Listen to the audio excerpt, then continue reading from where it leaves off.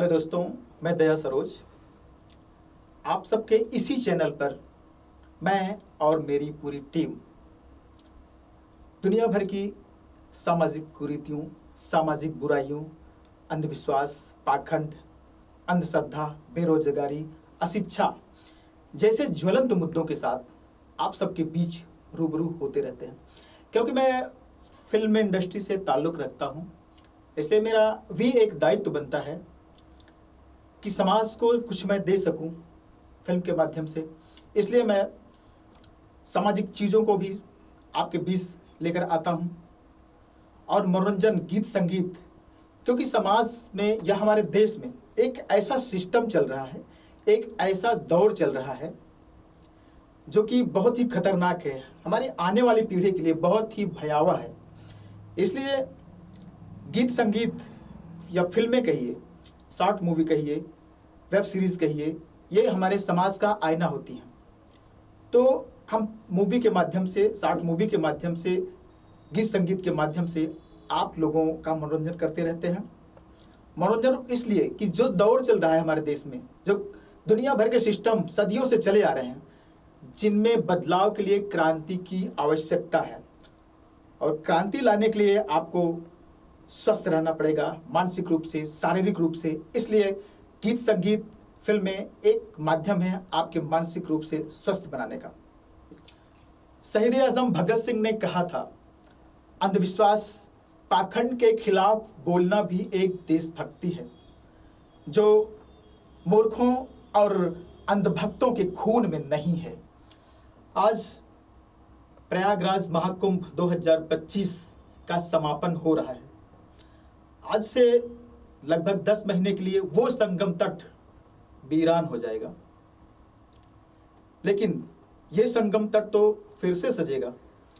आज से 10 महीने बाद कुंभ आएगा, 6 साल बाद महाकुंभ आएगा, 12 साल पे महाकुंभ से भी बड़े मेले लगेंगे। इस महाकुंभ में जो घटनाएं घटी हैं इस साल, ये तो आबाद होता रहेगा। ये कुंभ, महाकुंभ, अर्धकुंभ आबाद होता रहेगा। क्या उनकी जिंदगियां भी आबाद होंगी जिन्होंने महाकुंभ 2025 की भगदड़ में अपनी जानें गंवाई हैं, जिनकी जिंदगियां वीरान हुई हैं। हजारों लोग जिनकी कलाई सुनी हो गई है, वो बहनें जिनकी कोख उजड़ गई है, जिनकी दुनिया वीरान हो गई है, क्या उनकी दुनिया फिर से आबाद होगी? उनकी दुनिया फिर से आबाद नहीं होगी। भले ही ये मेले सस्ते रहेंगे।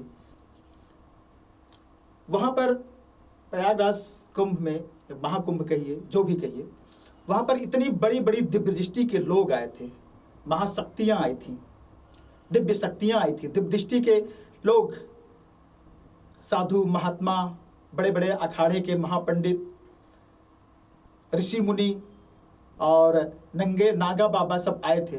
क्या इनको इस चीज़ का जरा भी भान नहीं था?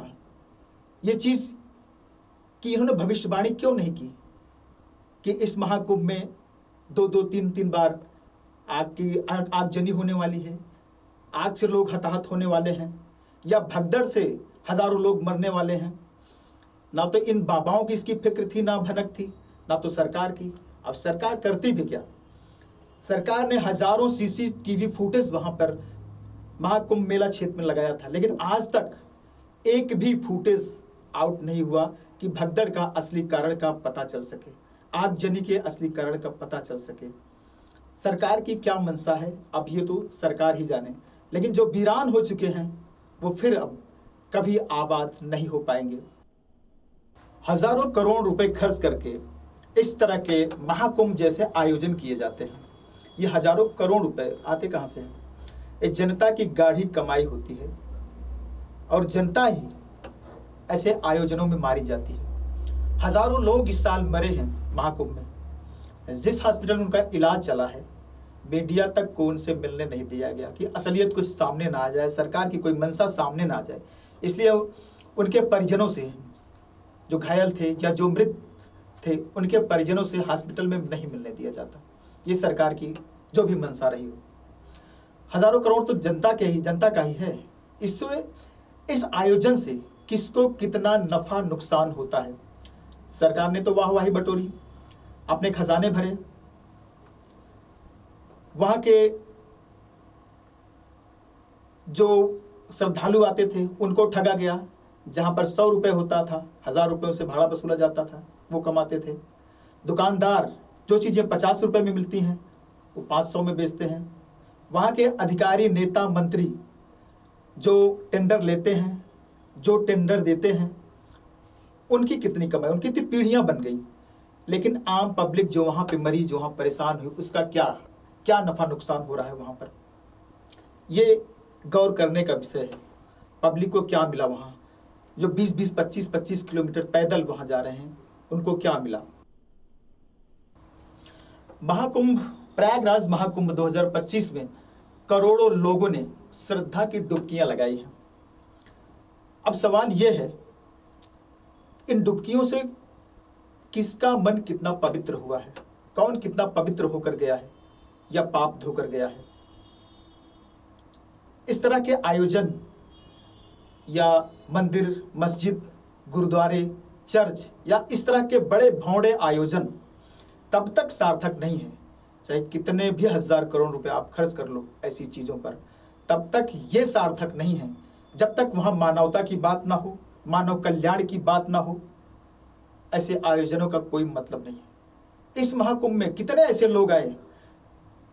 मेरा एक सवाल है, इस महाकुंभ में जिन्होंने डुबकियां लगाई या जो लोग यहाँ आते हैं, जो श्रद्धालु, कितने लोग जो पवित्र होने का नाटक करते हैं, कितने लोग यहाँ पर अपनी आत्मशुद्धि, चित्त शुद्धि, चरित्र शुद्धि, कितने लोग ये चीज़ लेकर गए हैं। अगर वाकई आप चित्त शुद्धि, चरित्र शुद्धि, आत्मशुद्धि करके जाएंगे तो ऐसे आयोजन सार्थक हैं, ऐसे मंदिर, मस्जिद, गुरुद्वारे, चर्च सार्थक हैं, अन्यथा किसी काम के नहीं है। अगर ये आप, वही महाकुंभ है जहाँ पर बहुत सारे ऐसे तत्व हैं, जाते हैं श्रद्धा के नाम पर, वहाँ पे नहाती हुई महिलाओं, औरतों के अंगों को निहारते हैं। यहाँ तक तो कुछ ऐसे भी तत्व होते हैं उनका वीडियो बनाकर डिजिटल मार्केटिंग में उनका व्यवसाय करते हैं, उनको बेचते हैं। तो ये सब तो बेईमानी है। जब तक इन सब में पूरी तरह से सुधार नहीं लाया जा सकता, ऐसे हजारों करोड़ रुपए खर्च करके कोई मतलब नहीं है।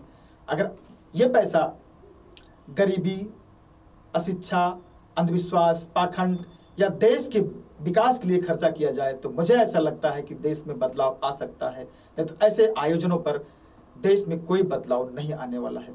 धन्यवाद।